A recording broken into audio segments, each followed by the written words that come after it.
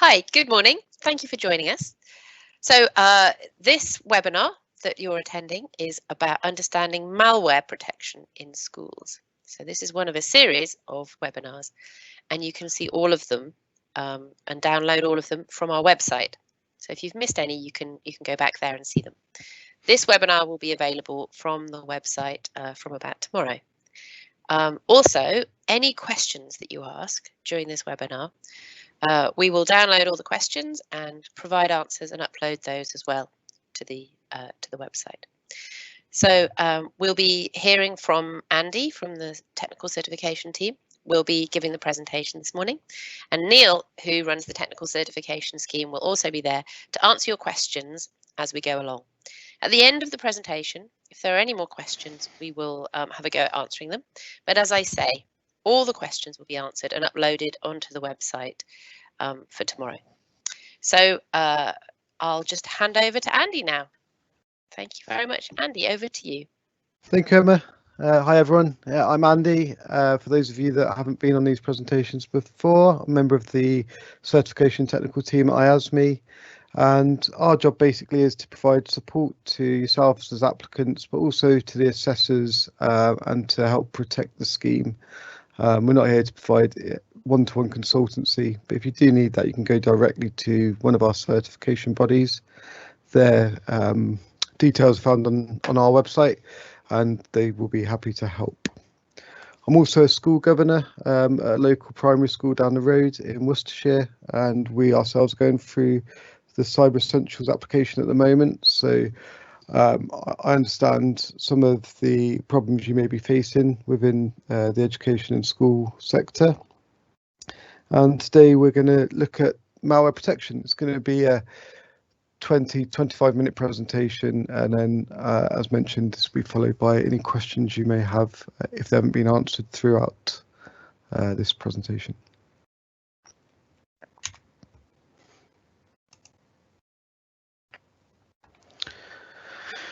So since late February 2021, an increased number of ransomware attacks have affected education establishments. Schools are now a popular target for cyber criminals in the UK and are seen as an easy target. One of the Cyber Essentials controls is to ensure that as part of your defence against cybercrime, you have a robust malware protection.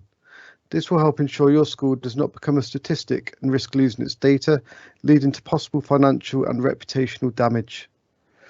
So in March this year, the NCSC released a statement, so a couple of weeks ago, talking about attacks on schools.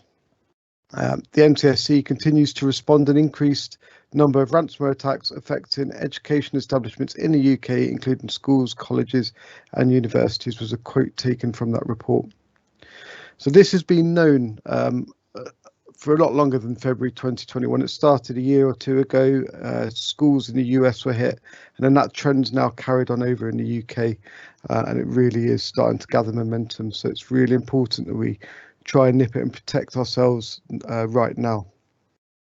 When we talk about ransomware in there, that's the sort of flavour of attack that are hitting schools at the moment, but all ransomware is a type of malware. So the scheme as a whole is there to protect you against any cyber threat and any attacks. But today we're going to talk about those specific malware protection controls that you can put in place that will help protect your end user devices. That's what we're going to cover today. We're going to understand, by the end of this, we'll understand what malware is. Should be able to state what devices your school will need to apply the malware protection controls to. And then understand the three options for malware protection that you need to apply to those devices that's acceptable under the Cyber Essentials scheme.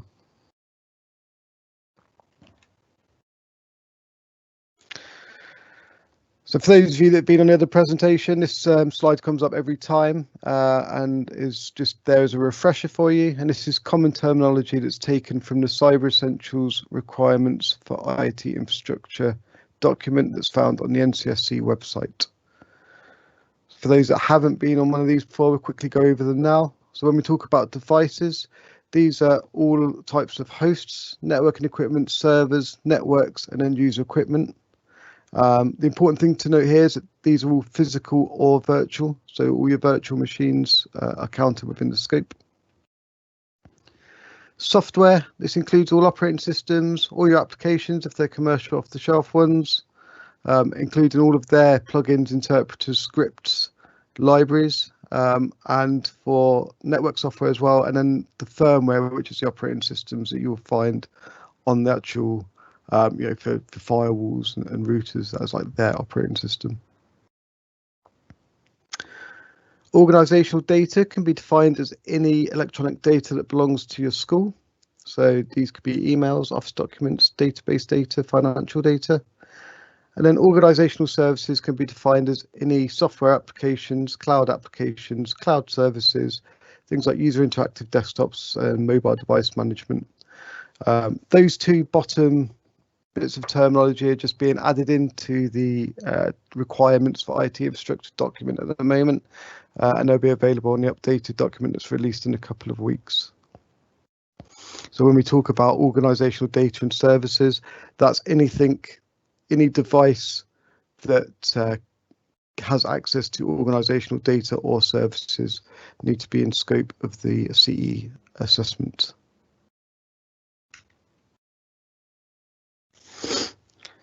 So we'll start off talking about what malware is. So the word malware comes from malicious software. So that's how that word's formed. And it's software that's intentionally designed to cause damage to the computer, server, client, or network. So the execution of software downloaded from the internet can expose the device to malware infection. Malware such as you probably have heard of terminology like computer viruses, worms, spyware. It's all software that's been written and distributed deliberately to perform these malicious actions on your devices. Potential sources of malware infection include malicious email attachments, downloads, including downloads from the application stores, and also you can have direct installation of unauthorized software. So this could be through somebody leaving a USB stick in the car park, picking it up, plugging it in. That could trigger some malware. If a system is infected with malware, your organization is likely to suffer from problems like malfunctioning systems, data loss, or onward infection that goes unseen until it causes harm elsewhere. So you can see here that this software is written to be undetected. It will snowball and it is there to cause the maximum damage. How we categorize malware when we talk about it, when we give malware a name, I suppose, in the big news stories and the famous malware you may have heard of, like WannaCry, we'll categorize it by how that malware is delivered, and then also how it infects the target and what it does. So infection and behavioral categories. And we're going to quickly go through some of those examples now. So these are three of the main ways that you would see malware infect a target. So the first one then, worms. These are sort of a standalone piece of malicious software that self-replicates and spreads from computer to computer. So although what's behind a worm could be really dangerous, worms are generally known for tying up the resources of your computer. So they're not good. No malware is good, but that's sort of what they do. That's their damage. Although, as you will find out in a moment, there are certain behavioral categories that can be linked to the worm that will increase that impact.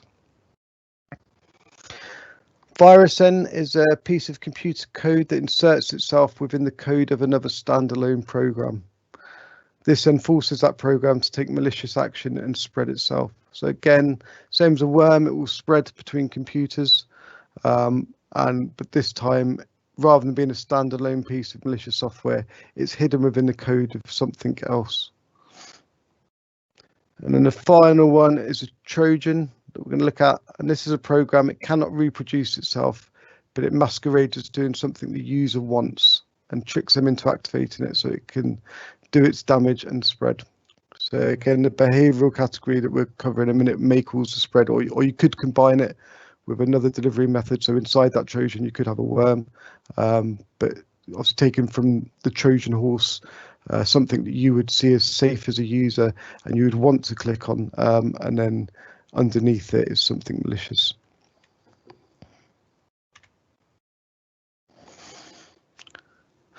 So behavioral categories then we move on to. So we define the malware. The first type is ransomware. What ransomware does, it encrypts your hard drives and files and demands a payment. So usually this is done in Bitcoin, and they would offer you, the attackers would offer you a decryption key in return for payment. Quite usually the case is that you wouldn't actually, either the decryption key wouldn't work, or you never would get one. So yeah, it's sort of it almost makes you want to pay the ransom because you're scared of not having that decryption key. So that's what they're trying to trick you into there. Don't get that confused with scareware, which is another type of, it's sort of like a shadow version of ransomware. And this is software that claims to have taken control of your computer and demands a ransom. However, on ransomware, this can be relatively easily disabled. It hasn't actually encrypted your device. It would maybe just be a pop-up or something that's there and you can't seem to get rid of. However, easier to combat than ransomware. Spyware is the next thing, and that's used to secretly gather data on an unsuspecting user. So in essence, what it's doing here is it's spying on your behavior as you use your computer and the data that you send and receive, usually with the purpose of sending that information on to a third party. So a good example of this, if anyone's heard of a keylogger, this is a specific kind of spyware that will record all of your keystrokes that you make. And this kind of thing is obviously great for stealing credentials, passwords, and so on. A rootkit is a program, or more often a collection of software tools that gives control over a computer or other systems.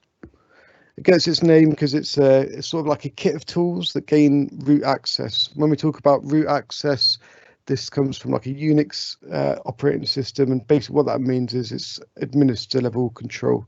So when we spoke yesterday about access controls and not running programs as an administrator, this kind of malware is designed to try and overcome that by creating an administrator level account over the target system, and then it can use that power to hide their presence. When we talk about adware, this is malware that forces your browser to redirect a web advertisement, and quite often these themselves will then seek to download further, even more malicious software. So you can see here where malware can be used to chain together to get bigger impacts. The final one that's quite big at the moment, or at least a year or two ago, is cryptojacking. And this kind of attack is then what they generally do is something like mine Bitcoin. So when we say that, this means it's going to be using your CPU resources without you knowing. This could be something as simple as running a program in the background of your operating system, or even as JavaScript in the background of your browser. So any malware, like we said earlier, when we define it, has both a means of infection and a behavioral category. So WannaCry was a worm and it spread ransomware.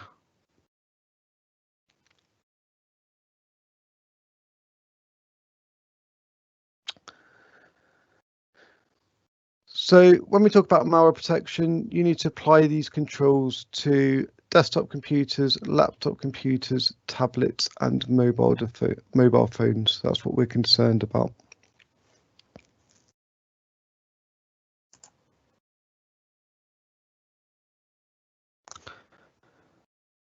So schools must implement a malware protection mechanism on all devices that are in scope. For each such device, the schools must use at least one of the three mechanisms that are listed above. So you've got the three options there, which can help you largely avoid the potential for harm from malware. So the first one, anti-malware software. This is what we use to detect and disable malware before it causes harm. It can be installed on your devices. Allow listing is where we execute only software that we know to be trustworthy. And then the final one is sandboxing, which is executed any untrusted software in an environment that controls access to other data. So we're stopping it leaking out to your files or your peripherals like webcams and other things that you plug into your devices. Generally, we'd expect to see anti-malware software used on all desktop computers and laptops, and then we generally expect allow listing to be used on mobile devices, including tablets. Sandboxing we'd see from time to time, maybe on developer networks where they test out untrusted applications, but also if any schools have got Chromebooks, they sandbox by default, so they're pretty secure. And that would be an exception we'd like to see if you've got Chromebooks.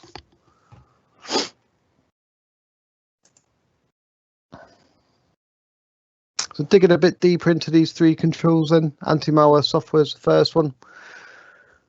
So any commonly used commercial anti-malware software is acceptable, and that includes free versions. So you don't have to pay a load of money to be compliant within the scheme. What it does need to do, though, is it needs to meet the requirements, the 4 listed requirements listed on this slide here. So the first one, the software and all associated malware signature files must be kept up to date with those signature files updated at least daily. This must be achieved through automated updates or with centrally managed deployment. So we're seeing a lot of behavioural scanners at the moment coming onto the market and finding their way into assessments. So at the moment, the NCSC hasn't fully investigated this, and so we're not at a point yet where we can say behavioural scanners are the way to go.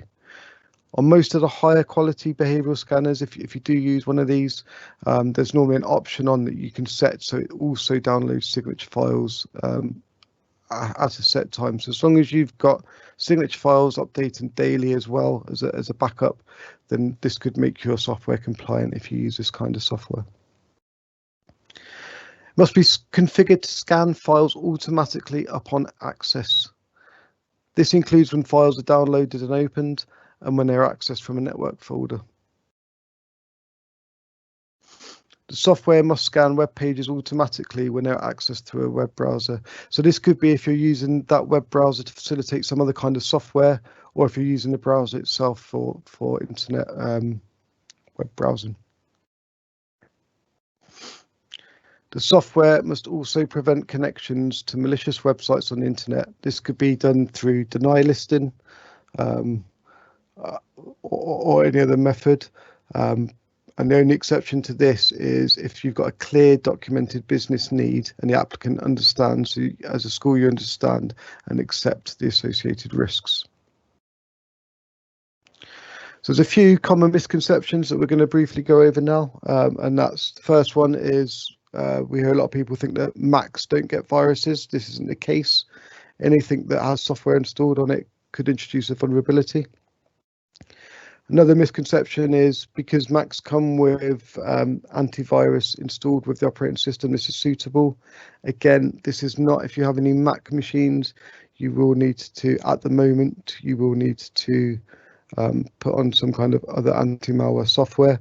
And the reason for this is when you look at how often they update their signatures, it's either once a week or once every 2 weeks. It's not a daily update. Another one is mobile phone antivirus packages meet the requirements. And again, a lot of these, you may see them on the app stores or the Google Play stores. They don't meet the CE requirements as listed here at the moment. So how do we control a mobile phone and what do we put in place? So a lot of people use application allow listing. This is when only approved applications restricted by code signing are allowed to execute on devices. So normally this is, like we say, this is what we would see phones and tablets, and it can be controlled either via technical control, so something like using a mobile device management, but just as good as that could be keeping a good list of allowed applications that your staff are allowed to use. If you allow bring your own devices access onto your school networks, then we're only concerned about applications that connect to schools' organisational data or services. So if they've got Angry Birds or Candy Crush and all their games, we're not interested in that. We're only interested in any applications that are accessing the school's organisational data or services. Smartphones and tablets are usually restricted to only allow applications from the App Store or Google Play Store as default, but we still need to maintain that authorized list. Just having App Store or only allowed to download Google Play applications isn't good enough. It's also never acceptable to have a jailbroken phone, because this will make having that list pointless, because it will be able to circumnavigate software around.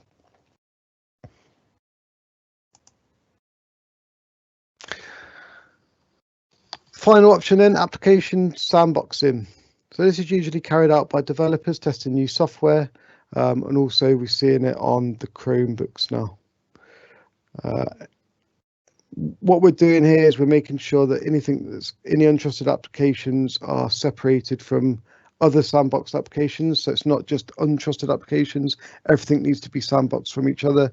And what we're doing here is we're completely segregating data stores, such as those holding documents and photos, sensitive peripherals such as camera, microphone, GPS if it's on a phone, and also segregating from local network access.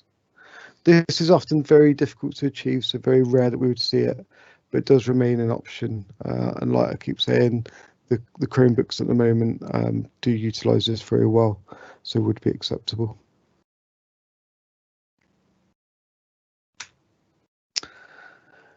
So that ties this one up. I look forward to now to having any questions. Thank you. Thanks very much. Thanks very much, Andy. I think we've only had one question through so far, which is about Apple and iPads. If you have any other questions, can you put them on as quickly as you can, and we'll try and answer them. Yesterday we finished the live event, and then we had some answers, so some questions. I think that's partly because there's a bit of a delay from us presenting and from you actually seeing. But even if you submit your questions a bit late, we'll be able to include them in the question and answer download. Also, of course, you can email us or ring us at any point. So you can look on our website and see our phone number and our email address. If you've got any questions at all, just email us or contact us, and we will give you the answer as soon as possible. So I don't think there's any other questions. If your question hasn't come through in time, just pop it over to us or look on the website and you might find that we've answered that there. So thank you very much. This webinar will be on our website by tomorrow. Thank you for joining us. Thanks. Bye. Thank you.